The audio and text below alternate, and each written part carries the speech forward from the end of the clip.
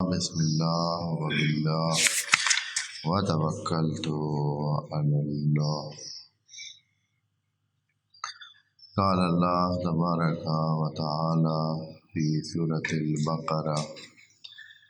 آیت نمبر 144۔ بسم اللہ الرحمن الرحیم۔ قد نری تقلب وجهک فی السماء فلنولینک قبلة ترضاها فول وجهک شطر المسجد الحرام وحیث ما کنتم فولوا وجوہکم شطرہ وإن الذین اوتوا الکتاب لَيَعْلَمُونَ أَنَّهُ الْحَقُّ مِنْ رَبِّهِمْ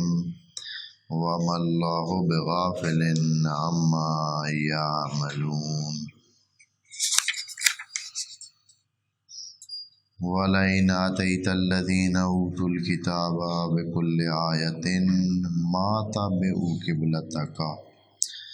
وَمَا أَنْتَ بِتَابِعٍ قِبْلَتَهُمْ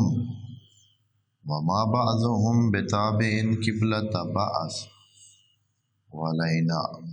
اتبعت أهواءهم من بعد ما جاءك من العلم إنك إذا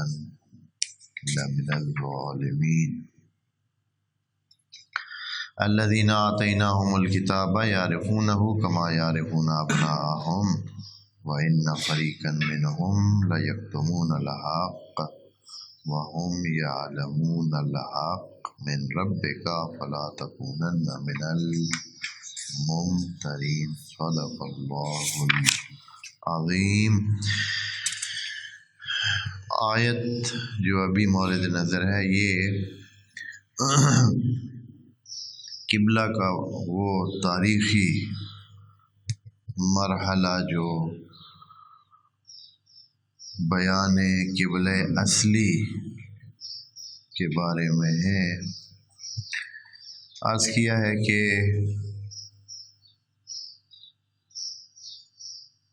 اصل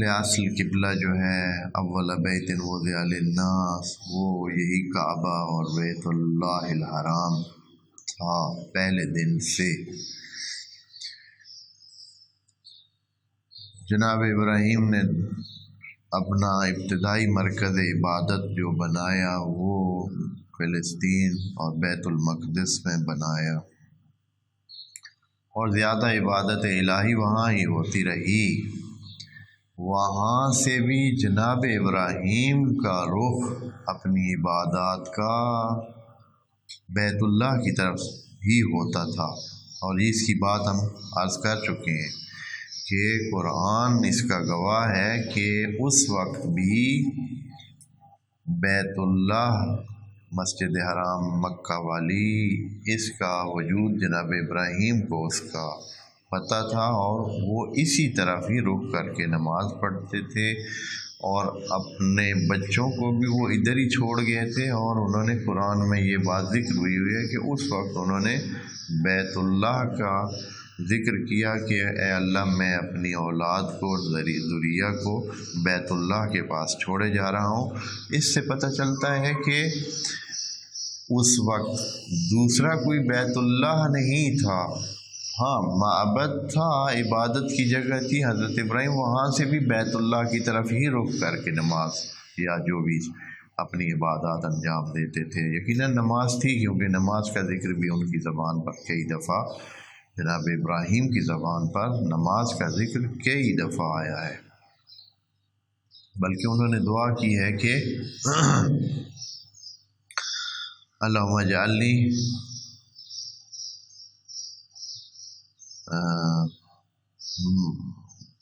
مقیم الصلاۃ ومن ذریتی ربنا وتقبل دعا، یہ ان کی دعا ہے جناب ابراہیم۔ تو وہ نماز اسی طرح پڑھتے تھے۔ بعد میں چونکہ کتاب دار امتیں اسی ایریا میں تھیں، اور یہ ایریا جو ہے یہ مشرکین کا مرکز بن گیا تھا، اور بت اور بت پرستی زیادہ رائج اس ایریا میں ہو گئی تھی جہاں کعبہ اور بیت اللہ موجود تھا۔ تو کتابدار امتوں نے وہاں ہی وعلیکم السلام عبادت گاہیں بنائیں، اور وہاں ہی عبادت گاہیں اس انداز میں بنائیں کہ ان کا رخ اسی بیت اللہ کی طرف تھا۔ وہ اپنی قربانیاں اسی طرف رخ کر کے کرتے تھے۔ ان کی جو عبادت گاہیں تھیں وہ عبادت گاہیں تھیں، اس بیت اللہ کی طرح مرکز عبادت نہیں تھی۔ تھوڑا سمجھیں اس چیز کو۔ جیسے ابھی کعبہ ہے، اس کے اندر عبادت نہیں ہوتی ہے، عبادت اس کی طرف ہوتی ہے۔ کعبہ مرکز ہے، تمام جہات سے اس کی طرف رخ کرنا ضروری ہے۔ جو بیت المقدس میں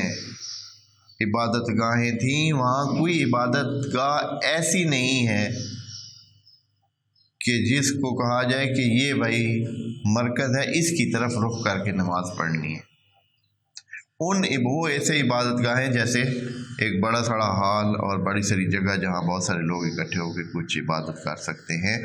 اس قسم کا مکان اور اس قسم کا ڈھانچہ جو ہے وہ موجود ہوتا تھا، اور اس ڈھانچے کا رخ کدھر ہوتا تھا، خود تو وہ نماز اس کے اندر ادا کی جاتی تھی، یہ تو نہیں کہ باہر کھڑے ہو کر اس کی طرف رخ کیا جاتا۔ بس جب اندر آدمی جاتا ہے تو کدھر رخ کرتے تھے وہ لوگ، تو وہ رخ جو ہے وہ اسی کعبہ کی طرف ہی تھا، اور وہ لوگ جانتے محققین یہ چیز ثابت کر چکے ہیں۔ اور یہ چیز جناب ایک ہیں محقق فراہی صاحب، انہوں نے بھی اپنی کتابوں میں اس چیز کو تحقیق کی ہے کہ ان کے لیے بھی انہوں نے جو اپنی عبادت گاہوں کا رخ بنایا ہوا تھا وہ ادھر ہی تھا۔ اچھا پھر کیا ہوتا تھا؟ یہ تو مسئلہ ادھر مین اس جگہ کے لیے تو حل تھا۔ اب جو اس مرکز سے دور اہل کتاب رہتے تھے، اب انہوں نے کیا کرنا ہے؟ وہ کیا کرتے تھے؟ اب وہ تو اس طرح نہیں کر سکتے تھے کہ وہاں سے کعبہ کو ڈھونڈیں اور کعبہ کی طرف رخ کریں، اور ان کے لیے کوئی اس کی وہ بنتی نہیں تھی۔ پھر انہوں نے یوں کیا کہ اپنی جو عبادات ہے اس کا رخ اسی بیت المقدس کی طرف کر دیا، چونکہ وہی مرکز ہے، وہاں ہی جناب ابراہیم نے بنیاد رکھی پہلے اس عبادت گاہ کی، اور وہاں ہی عبادی مرکز بھی ہے، اور تمام انبیاء کا مرکز بھی وہاں ہی رہا ہے۔ جناب موسیٰ تو اپنی قوم کو واپس ادھر لے آئے تھے، جناب ابراہیم کے زمانے سے وہاں ہی ہے۔ جناب یعقوب کی اولاد یہاں سے کچھ عرصے کے لیے شفٹ ہو کے مصر گئی تھی، وہاں سے پھر وہ واپس آئے، ادھر ہی آئے، اور پھر وہاں ہی جناب عیسیٰ تک سارے انبیاء کا سلسلہ اسی فلسطین والے مرکز میں چلتا رہا۔ تو آس پاس کے جو دور والے مسلمین یا وہی جو اہل کتاب ہوتے تھے، یقیناً وہ مسلمین ہی تھے، جناب ابراہیم نے سب کا نام اپنی ذریہ میں سے مسلمین ہی رکھ لیا، تو یہ سارے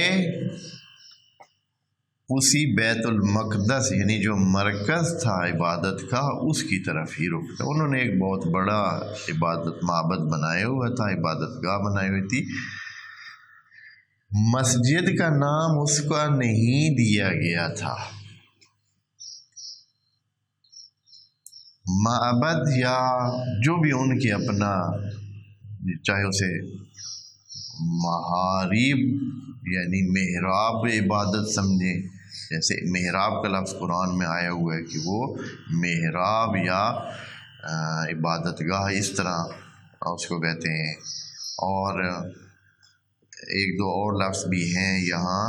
قرآن میں کہ وہ لفظ استعمال ہوتا تھا، مسجد کا لفظ وہاں استعمال نہیں ہوتا تھا۔ سارے اس کی طرف رخ کر کے عبادت کرتے تھے، لیکن خود اس مرکز کا رخ کدھر ہوتا تھا؟ کعبہ کی طرف تھا۔ اور یہ چیز جو ان کے پڑھا لکھا طبقہ اور کتابدار طبقہ اور وہ جو ان کے علماء تھے یہودیت کے، پہلے اور پھر نصرانیت کے علماء، تو وہ سارے جانتے تھے کہ جو اصل بیت اللہ ہے وہ یہی بیت اللہ الحرام ہے جو مکہ میں ہے، اور اہل یہود اور اہل نصرانی جو ہے یا مسیحی جن کو کہہ سکیں، یہ سارے یہ بھی جانتے تھے کہ جناب ابراہیم نے اس کی بنیاد رکھی ہے کعبہ کی، یعنی بنیاد کیا رکھی؟ بنیاد اس سے پہلے تھی، لیکن جناب ابراہیم نے اس کو تعمیر کیا اور کھڑا کیا اور عبادت جا کر کرتے تھے، اور جناب اسماعیل کے ساتھ مل کر بھی وہاں عبادت بھی کی ہے اور قربانی کا اہتمام بھی وہ جو مشہور ہے وہ بھی کیا ہے۔ یہ سارے وہ لوگ جانتے تھے۔ پس کعبہ ایک ایسی حیثیت رکھتا تھا کہ ایک جانا پہچانا ہوا بیت اللہ تھا، اور یہ بیت اللہ کے نام سے ہی جانا جاتا تھا، مسجد الحرام کے نام سے نہیں جانا جاتا تھا۔ یہ بھی دھیان رکھیں کہ اب یہ جو ابھی آیت ہم پڑھنے لگے ہیں، اس میں جو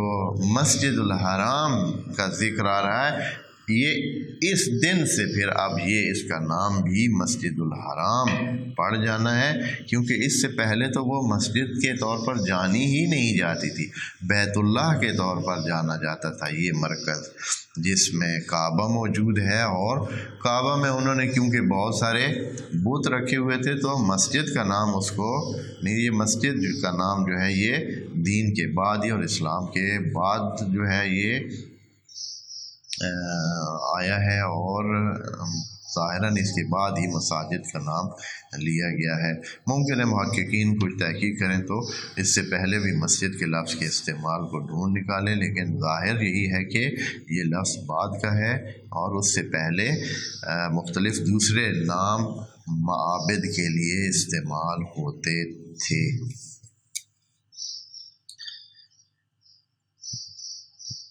اب جو یہ صورتحال تھی تو ابتدا میں جناب نبی ختم مرتبت کو بھی یہ حکم ہوا کہ آپ اپنی نمازیں اس طرف ہی پڑھیں۔ خود اس میں ایک بہت بڑا امتحان تھا خود نبی کے لیے بھی، لیکن نبی تو چونکہ سمجھتے تھے صورتحال کو کہ یہ کس لیے کیا جا رہا ہے۔ ایک تو یہ ہے کہ کعبہ بتوں سے بھرا ہوا ہے، اور پہلے سامنا ہی مشرکین سے ہے، تو اگر کعبہ کی طرف رخ کیا جائے تو بت اندر سارے موجود ہیں۔ مشرکین تو اس بات کو بھی ایک مذاق بنا لیں گے کہ عبادت ہمارے بتوں کی کر رہے ہیں اور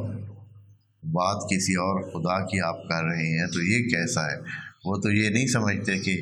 یہ جو ہے کعبہ کی طرف کر کے نماز پڑھنا یا عبادت کرنا یہ اللہ کے حکم کے مطابق اور اللہ کی وجہ سے ہے کہ اللہ کا بیت اللہ ہے۔ وہ تو انہی بتوں کے لیے ہی، خصوصاً کعبہ کے باہر بھی بت نصب تھے، نہ صرف یہ کہ کعبہ اپنے اندر سے بھرا ہوا تھا، کعبہ کے باہر جو ایک انہوں نے فصیل ٹائپ اس قسم کی بنائی تھی، اس بیرونی فضا میں بھی انہوں نے کچھ بڑے بڑے بت سامنے بھی رکھے ہوئے تھے، اندر کے علاوہ سامنے بھی کئی بت ہر طرف سے موجود تھے۔ جو لوگ ادھر آس پاس میں طواف کرتے تھے تو زیادہ ان کی توجہ انہی بتوں کی طرف ہی اور انہی کی طرف نظر و نیاز بھی انہی بتوں پر دی جاتی تھی۔ تو ایک قسم کا بہت مشکل تھا کہ وہاں سب کے سامنے جن کو دعوت دی جا رہی ہے توحید کی، ان کے سامنے نماز کا رخ کعبہ کی طرف کیا جائے جس کے آس پاس میں اور اندر بت ہی بت ہیں۔ تو اس لیے حکم ہوا کہ آپ ابتداً جو ہے وہ رخ اس طرف ہی کر لیں جہاں سارے اہل کتاب پچھلے کرتے آئے ہیں، اور یہی کیا گیا۔ جیسے ہی حضرت نے ہجرت کی مدینہ میں تو یہاں اب فرق یہ پڑ گیا کہ مکہ میں جن کے ساتھ ڈائریکٹ سامنا تھا، جو مخالفین تھے یا جو جن کو دعوت دینی تھی وہ مشرکین تھے زیادہ تر۔ اب جو مدینہ میں آئے ہیں تو صورتحال بہت مختلف ہو گئی ہے، وہاں زیادہ جو سامنا ہے، جو دوسری طرف لوگ موجود ہیں اور جو پڑھے لکھے بھی ہیں، جن کے پاس کتاب بھی ہے، یعنی ایک صورتحال اور بھی مشکل تر ہے۔ اب ان کے ساتھ بھی مسئلہ وہی پیش آ رہا ہے، پیش آنا شروع ہو گیا، اس طرح کہ انہوں نے یہ کہنا شروع کر دیا کہ آپ کا دین نیا کیسے ہو سکتا ہے، یہ دین کوئی ہے ہی نہیں ہے، اس لیے کہ اگر کوئی نیا دین ہوتا تو ہمارے والے کعبہ اور ہمارے والے دین کی بتائی ہوئی باتوں پر کیسے جو ہے وہ آپ عبادت تو وہ اسی طرح کرتے ہیں جس طرح ہم عبادت کرتے ہیں، یعنی ہماری کتابوں کا یہ حکم ہے اور ہمارا یہ حکم ہے، ہمارے دین کا حکم ہے۔ اور اس طرح انہوں نے اس بات کو ایک اپنے لیے بہت ٹھوس دلیل قرار دینے کی کوشش کی کہ اصل میں جو ہے دین وہی ہے جو ہمارے پاس ہے، آپ ایک نئی بات گھڑ کے نئی بات کرنے کی کوشش کر رہے ہیں اور اپنی نبوت کو آگے لے آنے کے لیے یہ سارے سلسلے کر رہے ہیں۔ تو اس طرح ایک بات، تو اب یہ صورتحال جب پیدا ہوئی تو واضح تھا کہ جناب ختمی مرتبت پر اس کے جو ہے وہ بشری سلسلہ ان کا جو تھا ایک بالکل وہ جو سلسلے ہوتے تھے ان کو غصہ بھی آتا تھا، ان کو پیار بھی آتا تھا، ان کو یہ جو انسانی جذبات کے سلسلے یہ ہوتے تھے، تو جیسے کہ قرآن میں یہ چیزیں ساری موجود ہیں اس طرح۔ تو کیا تھا، ان کو اس بات سے تکلیف ہوتی تھی کہ وہ بار بار جو ہے نا وہ اسی بات کو لے کر چلتے تھے کہ آپ جو ہے وہ ہمارے ہی قبلہ کی طرف نماز پڑھتے ہیں اور ادھر ہی عبادت کرتے ہیں، اور یہ پھر نئے دین کی بات کس طرح آپ کی ہم قبول کریں۔ اس وجہ سے قرآن کے مطابق جناب ختمی مرتبت جب کبھی بیٹھتے یا رات کو نماز کے لیے کھڑے ہوتے یا مختلف حالات میں نا ان کا چہرہ خود بخود جو ہے وہ آسمانوں کی طرف گھوم جاتا تھا، جیسے یہ تعبیر اسی طرح ہے، حالانکہ ترجمہ انہوں نے اور کیا، میں عرض کرتا ہوں۔ تعبیر قرآن کی یہ ہے کہ بلا توجہ کے اور بغیر بے بسی کے اس میں، یعنی خود سے خود بخود ان کا چہرہ جو ہے وہ آسمانوں کی طرف ہو جاتا تھا، ایسے کبھی اس طرح دیکھتے، کبھی ایسے، کبھی اوپر ایسے، یعنی آسمان خیر یہاں سے لے کر وہاں تک سارا آسمان ہی ہے۔ تو ان کا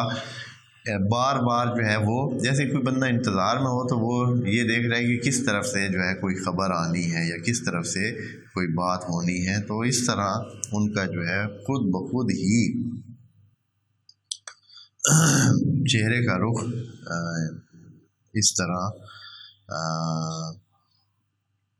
جس طرح کہتے ہیں کہ لاشعوری طور پر خود بخود ہی ادھر ہو جاتا تھا، یعنی بلا اس کے کہ وہ خود سے دیکھنے کی کوشش کرتے خود ہی اس طرح ہو جاتا، یعنی جیسے منتظر آدمی ہوتا ہے تو وہ خود ہی بلا اس کو خود بھی پتہ نہیں ہوتا ہے بعض اوقات کہ وہ کتنی دفعہ دیکھ چکا ہے دروازے کی طرف جس طرف سے کسی نے آنا ہے۔ تو اس طرح آسمان کے طرف جو ہے وہ ان کا دیکھنا کئی بار ایسے ہوا، تو اس کو بھی ذکر کیا ہے قرآن نے۔ پھر اس انتظار کو اللہ نے پورا کیا اور یوں ہوا کہ اللہ نے آیت نازل کی کہ آج کے بعد اب آپ کے لیے قبلے کا حکم ہم تبدیل کر دیتے ہیں، اور آج کے بعد آپ مسجد الحرام کو اپنا قبلہ بنائیں گے، اپنی عبادات کا رخ ادھر ہی کریں گے۔ اور اس کی جو مقدماتی گفتگو ہے وہ پہلی 2 نشستوں میں عرض کر چکے ہیں کہ اس کے لیے ذہنی تیاری اللہ نے پہلے ہی کروا دی تھی کہ ہم اس طرح کا قبلے کا حکم لانے والے ہیں، اور اس پر مختلف قسم کی بحثوں کا امکان ہے، اور باتیں صرف وہی کریں گے جو احمق شمار ہوں گے کہ اللہ مشرق و مغرب کا مالک ہے، جو چاہے وہ جس جگہ کو چاہے بنا سکے۔ ساتھ ہی ادھر یہ تاکید کی ہے کہ یہ جو ہم نے نیا قبلہ آپ کو دیا ہے، اس کو نیا قبلہ مت سمجھیں، اس لیے کہ اس قبلے کی حقانیت کو اہل کتاب پہلے سے جانتے ہیں، اور جانتے بھی تھے۔ اہل کتاب پہلے سے جانتے تھے کہ بیت اللہ اصلی جس کا جناب ابراہیم ذکر کر کے گئے ہوئے ہیں اور جس کی طرف اپنی اولاد کو لے گئے ہیں اور ذریہ کو وہاں بسا کے گئے ہیں، جناب اسماعیل کو وہاں بسا کے گئے ہیں اور ان کی اولاد کا سلسلہ وہاں چلا کے گئے ہیں، اور وہاں انہوں نے کعبہ کی دیواریں کھڑی کی ہیں اور وہاں سارا سلسلہ عبادت کا کیا ہے، اور ہماری عبادت گاہوں کا رخ بھی اسی طرف ہے۔ یہ ساری باتیں وہ جانتے تھے، اس حقیقت کو وہ جانتے تھے پہلے سے۔ تو یہ نئی بات نہیں تھی، اور اس بات کا اقرار خود قرآن میں اس آیت میں یہ ہے کہ یہ بیت اللہ ہی اصل قبلہ تھا۔ قبلتین کی بات ہوتی ہے لیکن وہ چل کے انداز میں ہی ہے۔ کسی نے کہا دو قبلہ، تو دو قبلہ کی بات عارضی طور پر عرض کیا ہے کہ جیسے کہ جناب موسیٰ کو، جناب ہارون کو اور باقی نبیوں کو یہ حکم ہوتا تھا کہ جس ایریا میں ہے وہاں اپنے گھروں کو بھی وہ قبلہ بنا سکتے تھے۔ یہ عارضی احکام چلتے رہے ہیں، قرآن کے مطابق بات ہم کر رہے ہیں۔ یہ عارضی احکام کے کسی بھی جگہ کو قبلہ جو ہے وہ خدا کی طرف سے اجازت دے دی جائے، یہ ہوتا رہا ہے، لیکن اصل قبلہ صرف کعبہ میں، اور اس کی وجوہات واضح ہیں کہ اس زمانے میں یہ جغرافیائی طور پر اس کی پہچان کرنا کہ کعبہ کس سمت میں ہے اور بالکل اس کی ڈائریکشن کا اندازہ لگانا یہ انسانوں کے بس میں ایسے آسانی سے نہیں تھا کہ وہ سارے پتہ چلا سکتے کہ کوئی بندہ اگر 1000 کلومیٹر دور ہے تو اب وہاں سے وہ پتہ چلا لے کہ کدھر ہے کعبہ اور کدھر ہے قبلہ، تو یہ بہت مشکل کام تھا۔ لیکن اب جو ہے جب رسول خدا کا زمانہ ہے تو لوگوں کو کچھ نہ کچھ اندازہ ہو گیا تھا کہ شمال اور جنوب اور مشرق اور مغرب اور ان چیزوں کا، کہ اب مدینہ میں موجود تھے تو ان کو پتہ تھا کہ مکہ جو ہے وہ کس سمت میں ہے۔ واضح تھا کہ مکہ مثلا ادھر سے نکلتے ہیں تو ایسے اس سمت میں ہے مثال کے طور پر، اور شام کس سمت میں ہے اور دوسرے موارد کس سمت میں ہیں۔ ایک اور چیز بھی یہاں قابل ذکر ہے، اور وہ یہ ہے کہ جب مکہ میں تھے جناب رسول خدا تو وہ بیت المقدس کی طرف جب رخ کرتے تھے تو وہ اتنا مشکل نہیں ہوتا تھا۔ مشکل کس طرح نہیں ہوتا تھا؟ یعنی کعبہ کو بھی ساتھ، کعبہ کی ایک سائڈ پہ وہ کھڑے ہوتے اور شام کی طرف رخ کرتے۔ شام کے بعد ساتھ ہی فلسطین اور لبنان اور یہ سارا ایریا ہے، تو شام کی طرف رخ کرتے تو وہ ان کا رخ بیت المقدس کی طرف ہو جاتا تھا۔ کعبہ بھی ساتھ ہوتا تھا، یعنی پشت پہ کعبہ بھی نہیں ہوتے تھے، پشت پہ کعبہ بھی نہیں ہوتی تھی، کعبہ کو بھی جیسے یہ ابھی آپ سمجھیں نا کہ یہ جو میز ہے اس کی 4 طرف ہیں، ایک طرف آدمی کھڑا ہو تو اس طرف منہ کرے تو یقیناً اس کی طرف پشت نہیں ہو رہی ہے، سائیڈ میں ہے، تو کعبہ کو اس طرح جناب ختمی مرتبت اپنی سائیڈ پہ رکھ کر بیت المقدس کی طرف رخ کرتے تھے اور عبادت کرتے تھے۔ خوب مکہ میں تو یہ آسان تھا، اب جب مدینہ میں گئے ہیں تو مدینہ میں تو اس طرح الٹ ہے، یعنی اس طرح ہے کہ وہ شام کی جانب بھی ہے، تو اب جب آپ مدینہ میں کھڑے ہوں گے اور مزید ادھر رخ کریں گے شام کی طرف، فلسطین کی طرف، تو آپ کی پشت کدھر ہو جائے گی؟ کعبہ کی طرف۔ اب جب کعبہ کی طرف پشت ہوتی ہے تو پھر اور زیادہ ان کو موقع ملتا تھا۔ یہ اعتراض اس وقت نہیں انہوں نے اتنا کیا جب نبی ادھر موجود تھے مکہ میں بھی یہودیوں سے تھوڑا بہت واسطہ رہا ہے، اہل کتاب سے تھوڑا بہت واسطہ مکہ میں بھی ہوتا رہا ہے، اس لیول کا نہیں تھا جیسے مدینہ میں، لیکن کچھ تھا۔ لیکن انہوں نے یہ اعتراض وہاں نہ کر سکے، وہ اس کی وجہ یہ تھی کہ جناب وہ کعبہ کے سائیڈ میں ہی کھڑے ہو کر عبادت کرتے تھے، تو کوئی اتنا محسوس نہیں ہوتا تھا کہ یہ جو ہے کعبہ کی طرف اس کی پشت ہو رہی ہے۔ مسجد کیونکہ بیت اللہ کے اندر موجود تھے تو بیت اللہ کے اندر عبادت کی جا سکتی تھی، کوئی مسئلہ نہیں تھا، ساتھ بھی کعبہ کی طرف پشت نہیں ہوتی۔ لیکن جب مدینہ میں گئے تو اب جب بیت المقدس کی طرف رخ کر کے عبادت کرتے تھے تو ان کی عبادت کا رخ کیا ہوتا تھا؟ ادھر ہو جاتا تھا، تو یہ ایک بہت بڑا مسئلہ تھا۔ اب انشاءاللہ جغرافیہ میں یہ چیز دیکھنے کے قابل ہے، آپ دیکھیں دوست کہ کس طرح یہ ہے کہ مکہ سے کس انداز میں موجود ہے۔ وہ بیٹا لے آئے نا، وہ نقشہ لے آئے نا، 1 منٹ میں دیکھ لیتے، یہ حصہ اگر ضرورت ہو تو کاٹ دیں، اگر ضرورت پڑے تو یہ حصہ جو ہے نا وہ نقشہ بڑا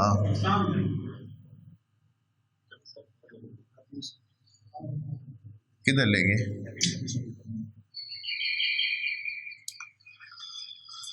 اچھا، تو اب اس آیت کا ترجمہ شروع کرتے ہیں کیونکہ ٹائم نہ گزر جائے، پھر آخر میں دیکھ لیں گے انشاءاللہ۔ فرماتے ہیں کہ قد نرا ہم دیکھتے ہیں۔ قد جب مضارع پہ داخل ہوتا ہے تو قلت کا معنی اکثر نے یوں ہی سمجھا ہوا ہے کہ قلت کا ہی معنی دیتا ہے، لیکن ایسے نہیں ہے۔ ماضی پہ داخل ہو تو حتماً تحقیق اور تدقیق اور تاکید کا معنی دیتا ہے کہ یہ چیز واقع ہو چکی ہے، لیکن مضارع کے لیے حتمی یہ نہیں ہے، اس کا بعض معنی یہی ہے کہ قلت کا معنی دیتا ہے، لیکن ہر جگہ قلت کا معنی نہیں دیتا ہے۔ اب یہاں دونوں معنی ہو سکتے ہیں کہ قد نرا یعنی آپ کبھی کبھی یہ کام کرتے ہیں یا کبھی کبھی آپ کا اس طرح سلسلہ ہوتا ہے، یا یہ ہے کہ آپ کو ہم دیکھ رہے ہیں کہ آپ کر رہے ہیں اس طرح۔ قد نرا ہم دیکھتے ہیں کیا، تقلب وجہک، یہ باب تفاعل ہے، تقلب وجہک تیرے چہرے کا پھر جانا، یعنی یہ اس حالت میں بتا رہے ہیں کہ جیسے کہ یہ چیز اس طرح نہیں ہے کہ نبی خود سے باقاعدہ وہ جو ہے دیکھ اس طرح جیسے ڈیمانڈ کر رہے ہوں اور اس طرف دیکھ رہے ہوں، نہیں، خود سے ہی وہ تقلب حاصل ہو جاتا ہے۔ تقلب وجہ کا، اگر وہ ہوتا کہ نبی خود دیکھتے اپنی مرضی سے دیکھتے تو کہتے کیا، تقلب وجہ کا، ادھر سامنے اوپر کریں نا تھوڑا، میں دوستوں کو بتا دیتا ہوں تھوڑا سا آگے کریں، اور بھی آگے لیں، آگے آ جائیں۔ یہ ہے سعودیہ ہے، یہ ٹھیک ہے، تو یہاں یہ مکہ ہے اور یہ مدینہ ہے، ٹھیک ہے، اور کدھر ہے جی، یہ یہاں یہ ہے، آپ بیٹا پڑھ سکتے ہیں، یہاں یہ کیا لکھا ہوا ہے، بحرین ہے، تو سیریا کدھر ہے، یمن یہ ہے سیریا ہے نا، ادھر ہے، ہاں آلیپو یہی ہے۔ تو یہ جو ہے دیکھیں، یہ مکہ ہے، یہ مدینہ ہے، یہ سیریا ہے۔ تو اب جب مکہ میں رکتے تھے، ٹھیک ہے، تو کعبہ کو سائڈ رکھ کے ادھر ہی رخ کرتے تھے تو کوئی مسئلہ نہیں پیش آتا۔ اب جب یہ مدینہ درمیان میں ہے، ادھر کھڑے ہو کر جب ادھر رخ کرتے ہیں تو پھر کیا ہوتا تھا، پشت جو ہے وہ مکہ کی طرف ہوتی تھی، ٹھیک ہے، رکھ دیں، میں تقریباً یہی بات دکھانی تھی۔ تو یہ پھر ایک پیچیدہ تر مسئلہ ہو جاتا تھا حضرت کے لیے کہ اب تو باقاعدہ مکہ کی طرف کیا ہو رہا ہے، کعبہ کی طرف پشت بھی ہو رہی تھی، تو ایک تکلیف دہ مسئلہ تھا۔ تب حضرت کو یوں کہا، قد نرا تقلب وجہک، یہ جو آپ کے چہرے کا پھرنا ہے اس کو ہم دیکھ رہے ہیں۔ تقلب کے معنی میں توجہ رکھیں، تقلبہ یہ یعنی خود سے حاصل ہونا، باب تفاعل وہاں استعمال ہوتا ہے جہاں کوئی چیز انسان کے خود اس کے اندر واقع ہو۔ تقلب وجہک، تیرے چہرے کا پھر جانا، فی السماء، اور وہ بھی فی السماء، الی السماء نہیں کہا،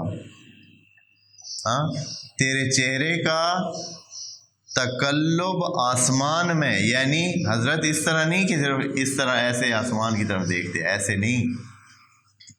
ادھر ادھر ایسے ادھر، یعنی مختلف زاویوں میں تقلب کر رہے ہیں، یعنی ان کا چہرہ ادھر ادھر ادھر ہر طرف سے دیکھ رہا ہے، ہر طرف اپنی انتظار کا وہ جو ہے جیسے کہ اعلان کر رہا ہے۔ یعنی اس طرح نہیں ہے کہ مثلا آسمان کی طرف دیکھ کے بیٹھے کہ اے اللہ کوئی چیز، اس طرح نہیں، بلکہ خود ہی ہے، کبھی ایسے دیکھتے ہیں، کبھی اس طرح، کبھی اس طرح، ایسے خود ان کا چہرہ خود بخود ہی ایک انتظار کی کیفیت کو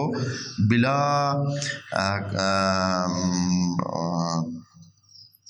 غیر ارادی طور پر جو ہے وہ اس طرح کی صورتحال ہے کہ وہ انتظار کے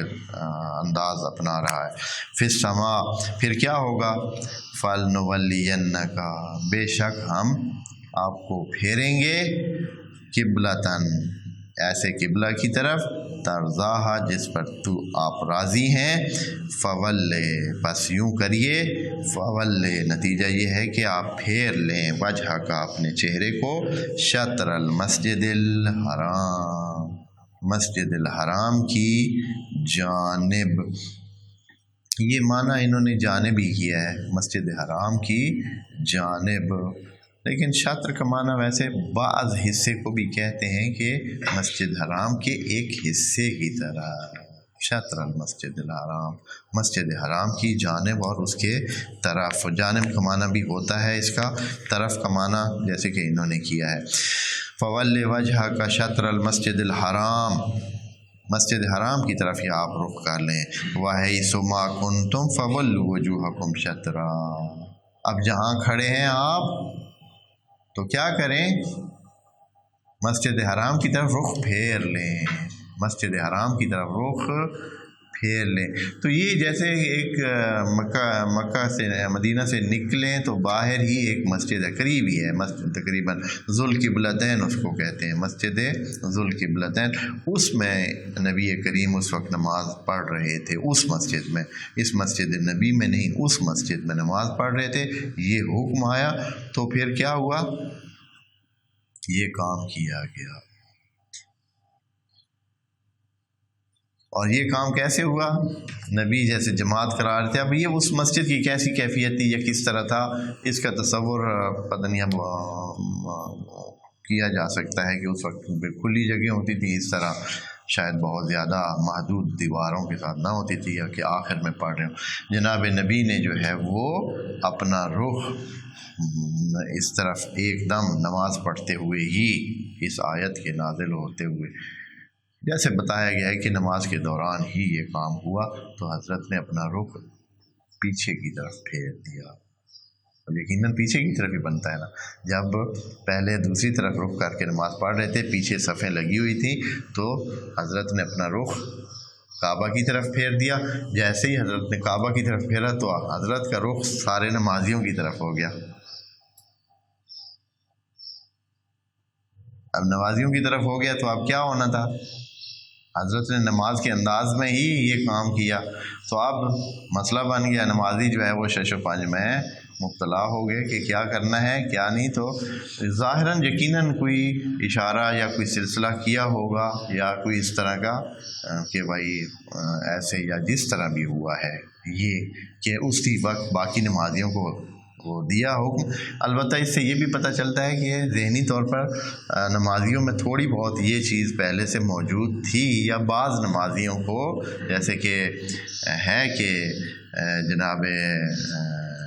امیر المومنین علی ابن ابی طالب علیہ السلام نے، انہوں نے پہلے وہ جلدی سے وہاں سے نکلے اپنی صف سے اور حضرت کے پیچھے جا کے کھڑے ہو گئے، اور اس طرح باقی صحابہ بھی ساتھ ساتھ کھڑے ہوتے گئے، اور اس طرح جماعت اس طرح قائم ہو گئی۔ یہ تعویذ قبلہ کا عمل ایک مسجد میں ہوا، اور وہاں ابھی جاتے ہیں جو زیارات کے لیے مدینہ جاتے ہیں اور حج کے لیے جاتے ہیں، تو حتماً اس مسجد کا بھی ضرور جو ہے وہ ذوالقبلتین، مسجد ذوالقبلتین کا بھی وزٹ کرتے ہیں۔ تو ایک اس طرح کی صورتحال بنی، اور نماز کے دوران ہی یہ تبدیلی قبلہ کا عمل پورا کیا گیا۔ فول وجہ کا شطر المسجد الحرام وحیث ما کنتم، وحیث ما کنتم کی وجہ سے یہ ہوا کہ جدھر بھی ہیں آپ، یعنی جیسے ابھی نماز میں کھڑے ہیں تو اسی وقت ہی آپ کیا کر لیں، وحیث ما کنتم فولوا وجوہکم شطرا، ابھی پھیر لیں اپنا رخ، ابھی ہی پھیر لیں۔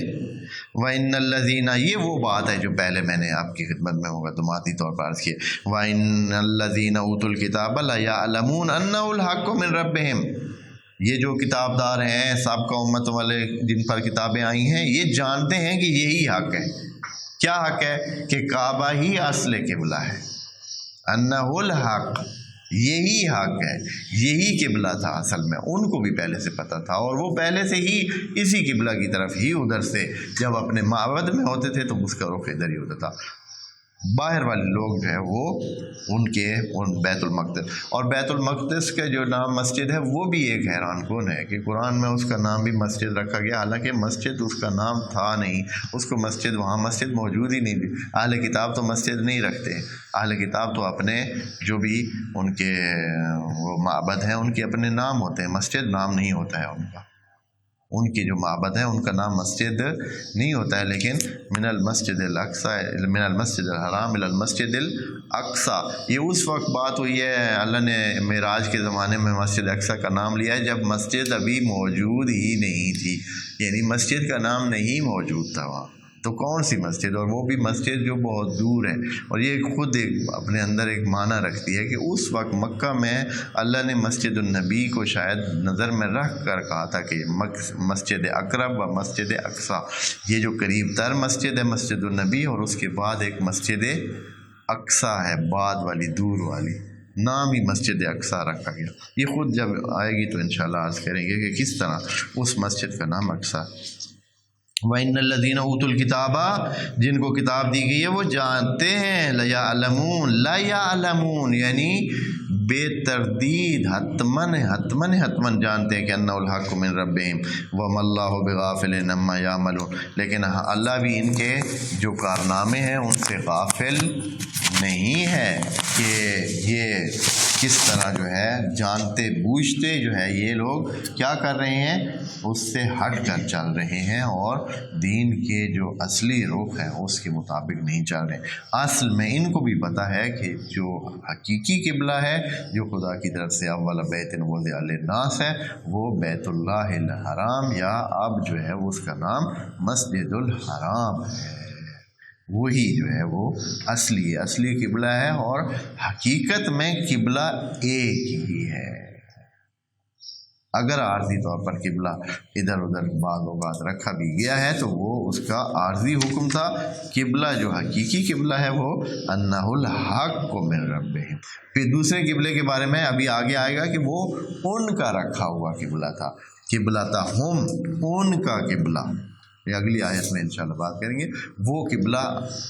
بطور حق، قبلہ حق خدا نے اس کو قرآن میں قرار نہیں دیا ہے، ان کا قبلہ کہا ہے۔ انشاءاللہ اس کو عرض کریں گے۔ والسلام علیکم ورحمۃ اللہ وبرکاتہ۔